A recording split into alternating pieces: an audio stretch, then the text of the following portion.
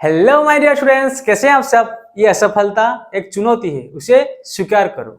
ये असफलता एक चुनौती है, उसे स्वीकार करो। क्या कमी रह गई देखो और उसे सुधार करो। जब तक सफल ना हो, जब तक सफल ना हो, नींद चैन को त्यागो तुम और संघर्ष के मैदान छोड़कर मत भागो तुम। कुछ किए बिना जय जयकार नहीं होता, कुछ किए बिना जय जयकार नहीं होता और कोशिश करने वालों का कभी हार नहीं होता। इसलिए तुम्हारा काम है कोशिश करते रहो, अपनी पढ़ाई में फोकस करो। तो चलिए हम क्वेश्चन नंबर 4 और 5 को ट्राई करते हैं। ये क्वेश्चन में ये दिया गया है कि two conducting wire of same material and equal length and equal diameter. अच्छा, इसका मतलब क्या है? मतलब कोई भी कंडक्टिंग वायर है, वो बोला है कि उसका लेंथ इक्वल है, ठीक है, वो मटेरियल भी इक्वल है एंड उसका डायमीटर इक्वल है। इसका मतलब क्या है कि जो दो कंडक्टर का बात कर रहा है उनका रेजिस्टेंस सेम होगा, उनका रेजिस्टेंस सेम है। ये पढ़ के तुम्हारे दिमाग में ये क्लिक होना चाहिए कि ये जो दो कंडक्टर दिया है उन दो कंडक्टर का रेजिस्टेंस सेम है। हमें क्या पता है? हमें क्या पता है अगर कोई रजिस्टर में अगर करंट आ रहा है तो हीट प्रोड्यूस करेगा ड्यू टू व्हाट? हमें पता है कि Joule's heating effect of current, Joule's heating effect of current का। अगर करंट आ रहा है तो रजिस्टर में वो एनर्जी छोड़ेगा। तो हमें क्या बोलते हैं? H is equal to I square R T, और क्या बोलते हैं? वी आई टी, और इसका बोलते हैं V square R into T. ये तीन फॉर्मूला में पता है, ठीक है, हिट जूल्स हीटिंग में करंट में, ठीक है। मैं क्या बोल रहा हूँ यहाँ पे कि यहाँ पे दिया गया two conducting wire same material. Same material मतलब उनका रो रेजिस्टिविटी सेम होगा एंड इक्वल लेंथ एल भी इक्वल होगा एंड इक्वल डायमीटर मतलब उसका डायमीटर समान होगा। डायमीटर समान मतलब क्रॉस सेक्शन का एरिया समान होगा। इसका मतलब क्या है? हमें पता है R is equal to rho L by A. ये एरिया क्या होता है? Pi R square, pi R square. तो रो समान है, एल समान है, ये डायमीटर, ये रेडियस है, तो आर इज इक्वल कितना होगा? डी बाई टू, मतलब डायमीटर समान है। इसका मतलब जो दो कंडक्टर का बात कर रहा है उन दोनों का रेजिस्टेंस सेम है। तो इसी से हमें यह पता चल गया कि जो दो कंडक्टर है यहाँ पे उनका रेजिस्टेंस सेम है। क्लियर है? तो दो कंडक्टर हैं, कंडक्टर उनका आर इज सेम, ठीक है। तो मैं क्या किया? दो कंडक्टर को सीरीज में लगाया और दो कंडक्टर को पैरेलल में लगाया। सपोज इनका रेजिस्टेंस आर है, सपोज इनका रेजिस्टेंस आर है। वो बोल रहा है कि if the V voltage applied across both of them, अगर यहाँ पे भी वी वोल्टेज दे, यहाँ पे भी वी वोल्टेज दिया है, तो यहाँ पे शायद कितना हीट जनरेट होगा। देखो तुम्हें पता है H equal to I square R T equal to V I T equal to V square R into T. यहाँ पे देखो हमें पूछा है कितना हीट जनरेट होगा, ठीक है। यहाँ पे हमें पूछा है H कितना होगा, पता नहीं, ठीक है। लेकिन रेजिस्टेंस हमें पता है, यहाँ पे वोल्टेज भी पता है, V मतलब V दिया है, रेजिस्टेंस मतलब आर आर दिया है। तो रेजिस्टेंस यहाँ पे आर इक्वल कितना होगा? सीरीज में कितना होगा? आर प्लस आर कितना होगा? 2R होगा सर। वोल्टेज भी दिया है, तो हम एच कैसे निकालेंगे? एच मतलब सर एच सीरीज लिख रहा हूं, ये सीरीज कनेक्शन। एच सीरीज क्या लिखूंगा sir? V square R into T, V square by R into T. इसका मतलब क्या है? यहाँ पे भी कितना है? भी है, तो वी स्क्वायर लिख दिया।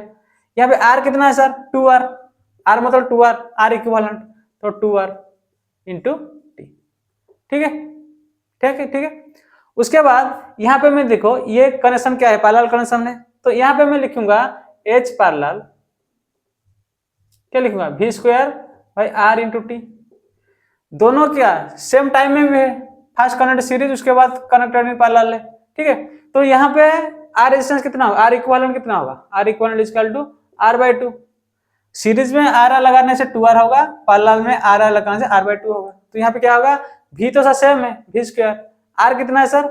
आर बाई टू, टी तो सेम है।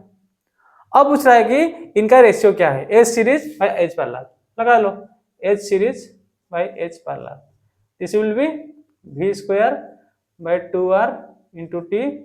ये डिवाइड हो जाएगा, मतलब ये मल्टीप्लाई ऊपर चला जाएगा, तो क्या होगा? वी स्क्वायर टी आर, नीचे 2 आ जाएगा, ठीक है। इसको डिवाइड करने से ऊपर चला जाएगा ना, ठीक है। तो आर कट गया, वी स्क्वायर टी कट गया, कितना होगा सर? 1/4। तो सीरीज इज टू पैरेलल का हीट प्रोड्यूस कितना होगा? 1:2। 4। ठीक है, तो पैरेलल में ज्यादा हीट प्रोड्यूस होगा, पैरेलल में ज्यादा हीट प्रोड्यूस होगा, सीरीज में कम हीट प्रोड्यूस होगा। ठीक है, क्योंकि हमें पता है कि अगर तुम कोई भी इंस्ट्रूमेंट हम पैरेलल लगाते हैं तो उसका पावर ज्यादा होता है। घर में क्या पैरेलल कनेक्शन है, क्यों पैरेलल कनेक्शन है? क्योंकि पैरेलल कनेक्शन में ज्यादा पावर देगा वो, सीरीज कनेक्शन में कम पावर देगा। एक फंडामेंटल याद रखना, सीरीज कनेक्शन में जो लो पावर चीज है ना वो ज्यादा ग्लो करता है, और पैरेलल में जो हाई रेटिंग वाला है ना, जो जितना वाट है वो उतना ग्लो करेगा। इसलिए हम जैसे 100 वाट ज्यादा ग्लो करता है 50 वाट से, उसी प्रकार का वो पैरेलल कनेक्शन है। सीरीज में क्या होता है, अगर तुम यहाँ पे 50 वाट और 100 वाट लगा दिए इन सीरीज तो 50 वाट वाला अच्छा ग्लो करेगा, लेकिन इसको अगर पैरेलल में लगाए तो 100 वाट वाला अच्छा ग्लो करेगा। ठीक है, क्लियर है, कॉन्सेप्ट क्लियर है? देखो क्वेश्चन नंबर 5 दिया है how a voltmeter connected to measure the potential difference. तुम्हें पता है कि एमीटर और वोल्टमीटर कैसे लगाते हैं। सपोज ये एक सर्किट है, this is a register, this is a register.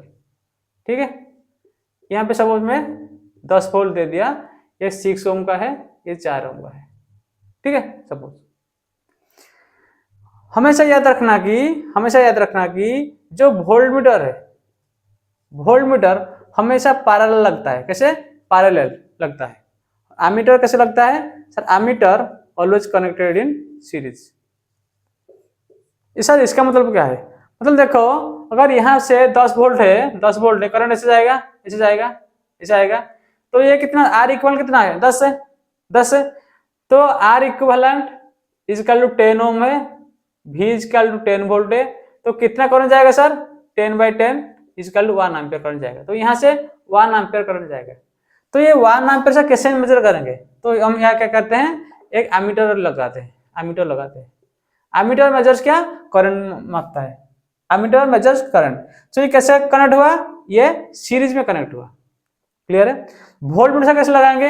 अगर मैं वोल्टमीटर हमेशा पैरेलल में लगाते हैं, ऐसे वोल्टमीटर हमेशा पैरेलल लगाता है। तो सर ये यहाँ पे वोल्टेज कितना ड्रॉप होगा? अगर 1 एम्पियर जा रहा है, करंट तो सेम जाएगा ना सर्किट में, तो 6 ओम में तो 1 एम्पियर गया है, V इक्वल IR, तो यहाँ पे 6 वोल्ट ड्रॉप होगा, यहाँ पे 4 वोल्ट ड्रॉप होगा। देखो 6 4 इक्वल टू 10। ठीक है, तो तुम याद रखना कि voltmeter always connected in parallel, ammeter connected in series. क्यों सर? वोल्टमीटर का हमेशा याद रखना, वोल्टमीटर का रेजिस्टेंस हम इन्फिनिटी लेते हैं, मतलब बहुत मैक्सिमम इन्फिनिटी है। इसका मतलब ये इसका रेजिस्टेंस बहुत है, इसलिए इधर कोई करंट नहीं जाएगा, सारे करंट ऐसे जाएगा। अगर सारे करंट ऐसे जाएगा तो हम इजीली मेजर कर सकते हैं, एक्यूरेट मेजर कर सकते हैं। देखो वोल्टमीटर क्या बोला मैं? High resistance. इसका मतलब क्या है? अगर करंट ऐसा आ रहा है वो डिवाइड नहीं होगा, वो इसमें चला जाएगा, क्योंकि ये बहुत हाई रेजिस्टेंस है, वो करंट को अलाउ नहीं करेगा, इसलिए सारे करंट ऐसे जाएगा। अगर सारे करंट ऐसे जाएगा तो अगर हम रेजिस्टेंस के साथ मल्टीप्लाई करते हैं तो एक्यूरेट वैल्यू होता है। अगर वोल्टमीटर का सपोज कुछ रेजिस्टेंस होता तो करंट दोनों में डिवाइड हो जाता, तो ये वाला जो रीडिंग होता वो कम होता। ठीक है, देखो सपोज ऐसे सोचो कि ये 1 एम्पियर है, 1 एम्पियर इधर चला गया, तो हम 6 वोल्ट का वोल्टमीटर लगाए, 6 वोल्टमीटर हमारा 6 रीडिंग दे रहा है। अगर यहाँ पे 0.8 एम्पियर चला गया पर इधर 0.2 एम्पियर आ गया, तो इसमें क्या होगा? देखो यहाँ पे कितना 4.8 वोल्ट देगा, फिर 6 नहीं देगा। अगर यहाँ पे मैं 0.8 एम्पियर गया तो यहाँ पे अगर 0.2 एम्पियर गया, 1 एम्पियर डिवाइड हो गया तो 848, तो 4.8 वोल्ट देगा ये। इसीलिए यहाँ पे रीडिंग 4.8 आया है, 6 नहीं आएगा। इसीलिए वोल्टमीटर हमेशा पैरेलल लगाते हैं एंड वोल्टमीटर का रेजिस्टेंस इन्फिनिट होता है। एमीटर क्या होता है? एमीटर तो हम सीरीज में लगाएंगे, इसका रेजिस्टेंस नियर टू जीरो, इसका रेजिस्टेंस बहुत छोटा है। अगर इसमें कुछ रेजिस्टेंस होता तो करंट कम हो जाएगा। अगर मैं बोला कि सर एमीटर का सपोज तुम बोला कि सर एमीटर का 2 ओम सपोज इसका रेजिस्टेंस है, सपोज 2 ओम रेजिस्टेंस है, तो आई कितना होगा? देखो आई कितना होगा सर? 10/6 10 देखो ये घट गया, 1 से घट गया कि नहीं? तो इसीलिए ammeter always connected in series and ammeter is a low resistive device and voltmeter is connected in parallel and voltmeter is a very high resistive material. Okay, thank you, love you, bye.